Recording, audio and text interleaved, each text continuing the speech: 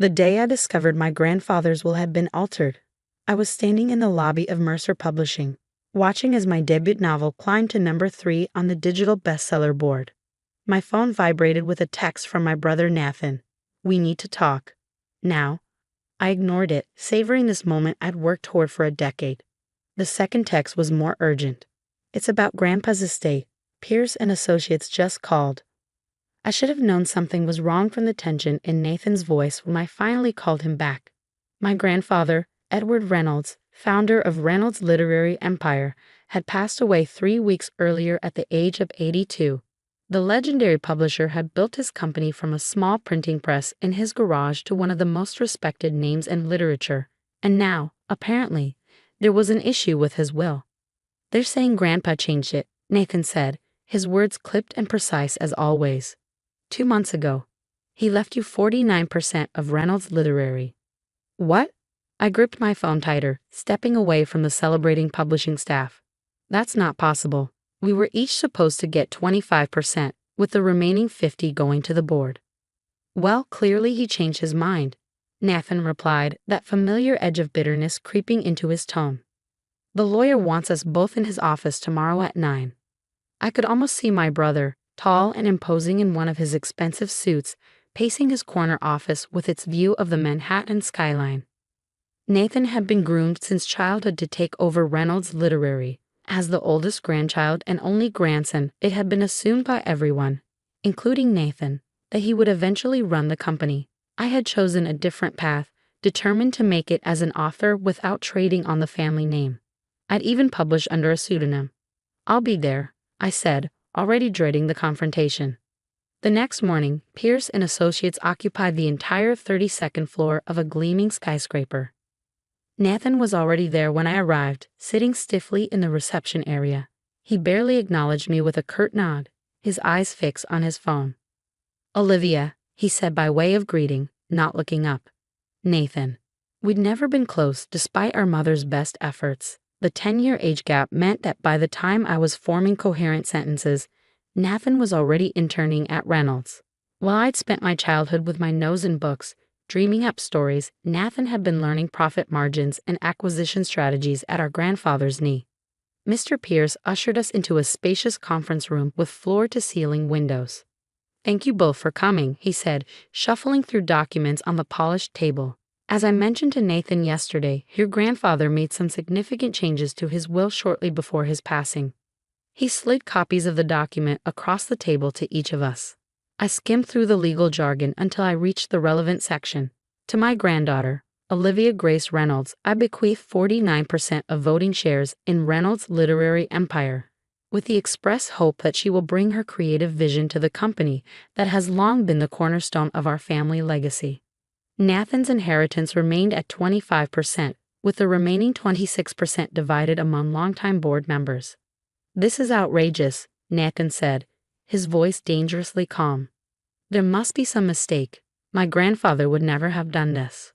Mr. Pierce adjusted his glasses. "I assure you, Mr. Reynolds, the document is legitimate.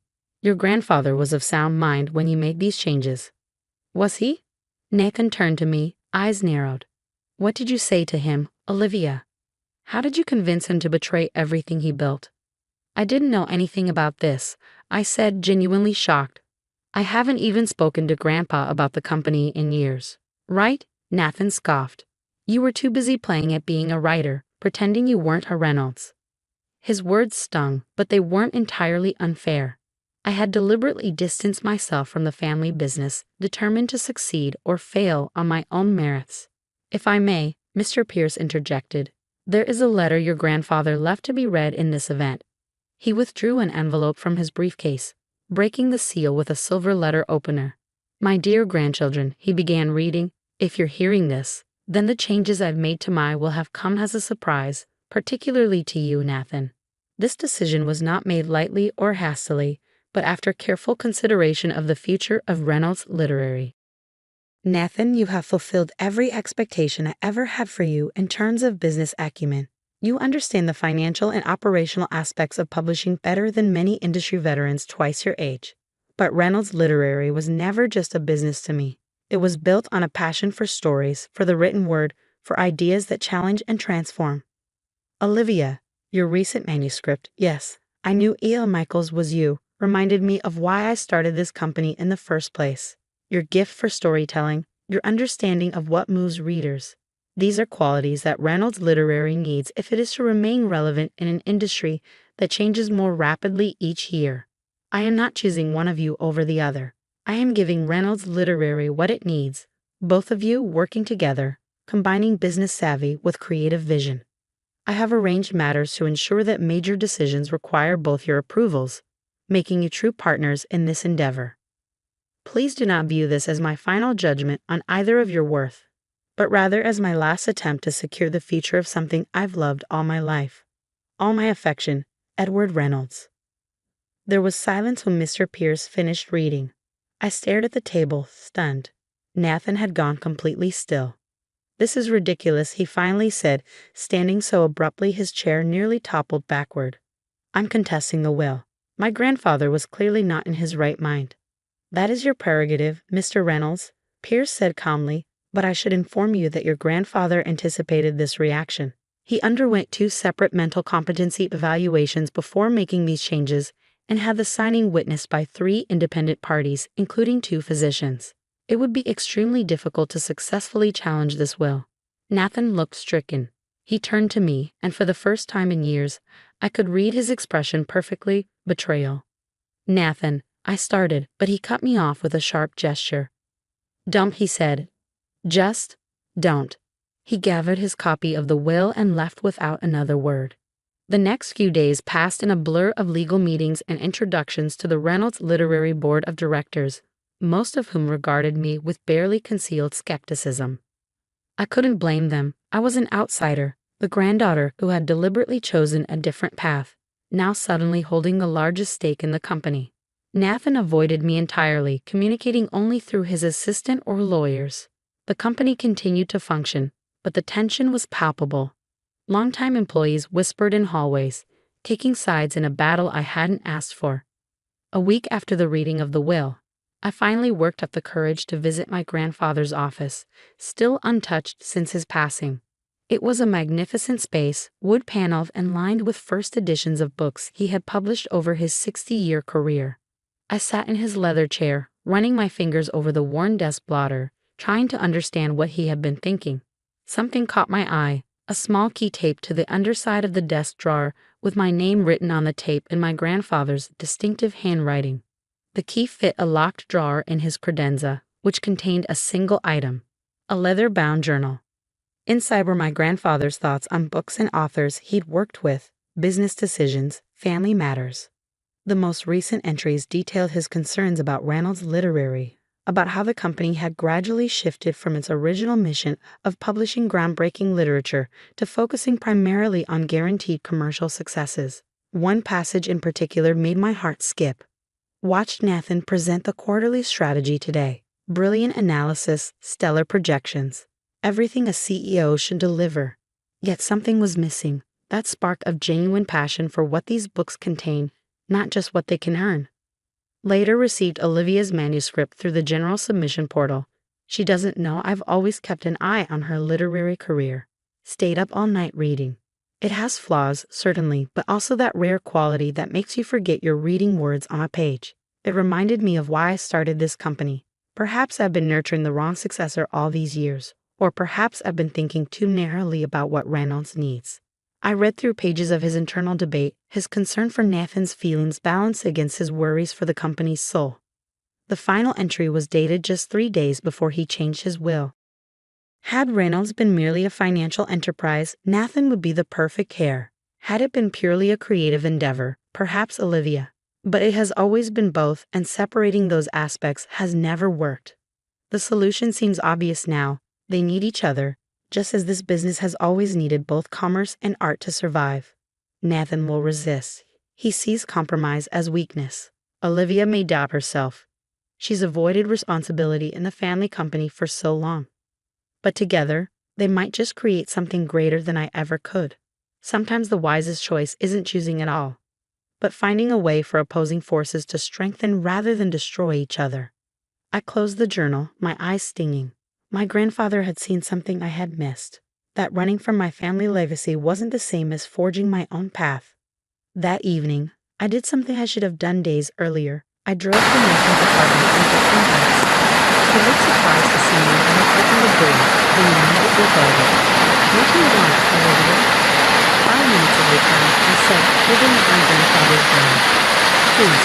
Reluctantly, he stepped aside to let me in. His apartment was immaculate and minimalist, with floor-to-ceiling bookshelves containing carefully organized first editions. The Reynolds family obsession none of us could entirely escape. "And I was in Grandpa's office," I said, placing the journal on his glass coffee table. "I think you should read it." Nathan eyed the book suspiciously. "Another posthumous manipulation." "Just the truth," I replied, "his real reasons. And he wasn't wrong, Nathan." "About what?" "About passing over me for someone who has never shown the slightest interest in the family business." I took a deep breath. "About the fact that Reynolds needs both of us. Your business sense and my creative perspective. He saw something neither of us was willing to admit, that we're stronger together than apart." "That's a convenient position now that you have controlling interest," he said bitterly. "I don't want to control Reynolds Literary," I said.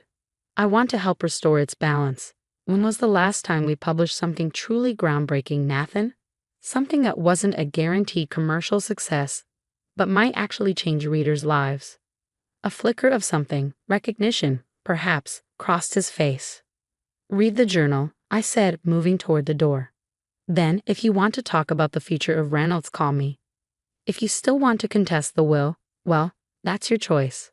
But I don't think that's what Grandpa would have wanted. And I don't think it's what you want either, not really." 3 days later, my phone rang as I was making coffee in my small apartment. Nathan's name flashed on the screen. "I read it," he said without preamble when I answered. "And?" There was a long pause. He wasn't entirely wrong, Nathan finally admitted, the words sounding as if they'd been painfully extracted. "The company has drifted from its original mission." Another silence stretched between us. "I'm not giving up my role at Reynolds," he said firmly. "I wouldn't expect you to," I replied. "That's not what Grandpa wanted." "I don't know how to do this, Olivia." "How to share something I've always seen as mine." "I don't know how to help run a publishing company," I countered. "So I guess we both have things to learn." A week later, we held our first joint meeting with the Reynolds Literary Board. The tension in the room was thick enough to cut with a knife as Nathan and I took seats at opposite ends of the conference table. The board members exchanged uneasy glances, clearly expecting a corporate civil war. Nathan cleared his throat, straightening his tie, a nervous habit he'd had since childhood. "For those who haven't heard, my sister and I have decided to honor our grandfather's wishes," he announced, his voice steadier than I expected. "Reynolds Literary will now be led by both of us, combining our respective strengths to build on Edward Reynolds' legacy." The surprise on the board members' faces would have been comical under different circumstances. "Our first initiative," I added, "will be launching a new imprint focused on discovering innovative voices in literature, alongside our established commercial lines. The Reynolds New Voices Initiative," Nathan continued, "will seek out authors who might be overlooked by traditional publishing metrics, but who bring fresh perspectives to contemporary literature." As the meeting progressed, I watched my brother gradually shift from stiff formality to genuine engagement. When he spoke about diversifying the company's digital strategy, I could hear echoes of our grandfather's passion beneath Nathan's analytical approach. Later, as we walked together toward the elevator, an awkward silence fell between us. "This isn't going to be easy," Nathan finally said. "We don't exactly have a history of working well together." "No," I agreed, "but we have something better." "What's that?" "A common purpose, and maybe more in common with each other than we've been willing to admit." 6 months later, I stood beside Nathan at the launch party for Reynolds New Voices, watching as authors, agents, and editors mingled in the renovated lobby of the Reynolds building. The space had been transformed, with our grandfather's original desk, the one from his garage where he'd started the company, taking pride of place in the center of the room. "He would have loved this," Nathan said quietly, nodding toward an animated discussion between a young debut author and a veteran editor. "Yes," I replied, "he would." My brother had changed over these months, not dramatically, but noticeably. He still approached everything with clinical precision, but he developed a genuine interest in the creative side of the business. Meanwhile, I had discovered an unexpected aptitude for certain aspects of publishing operations. We were still learning, still disagreeing, sometimes heatedly, but the company was stronger for it. The first books from our new imprint were generating critical buzz, while the commercial divisions continued to provide the financial backbone Nathan managed so expertly. That evening, after the guests had departed, I found myself alone in my grandfather's office, my office now shared with Nathan. On the wall hung a newly framed piece, the first page of my grandfather's journal, displaying words that had become something of a mantra for us both. The worth of words lies not merely in what they earn, but in what they change. A truly successful book transforms both the reader and the world in which it exists. A truly successful publisher must do the same. Beneath it, in a frame of its own, was a note Nathan had found in his copy of the will, words our grandfather had written specifically for him. The measure of a man is not in what he controls, but in what he builds. Build something remarkable, Nathan. Sometimes that requires letting go of what you thought you wanted to grasp something you never imagined. I traced my fingers over my grandfather's handwriting, thinking about the legacy he'd left us, not just a company, but a challenge to be better together than we ever could have been apart. Out in a hallway, I could hear Nathan talking with the night security guard, his voice echoing slightly in the empty building. Two grandchildren, as different as could be, now united in purpose. Not because we'd suddenly become the same, but because we'd finally learned to value the differences that once drove us apart. Our grandfather's final lesson hadn't been about publishing at all, but about family, about how the bonds between us, complicated and sometimes painful as they might be, were ultimately what gave meaning to everything else. As Nathan appeared in the doorway, I smiled at my brother, really smiled, without reservation, perhaps for the first time in years. "Ready to go?" he asked, holding my coat. "Yes," I said. "I think I am."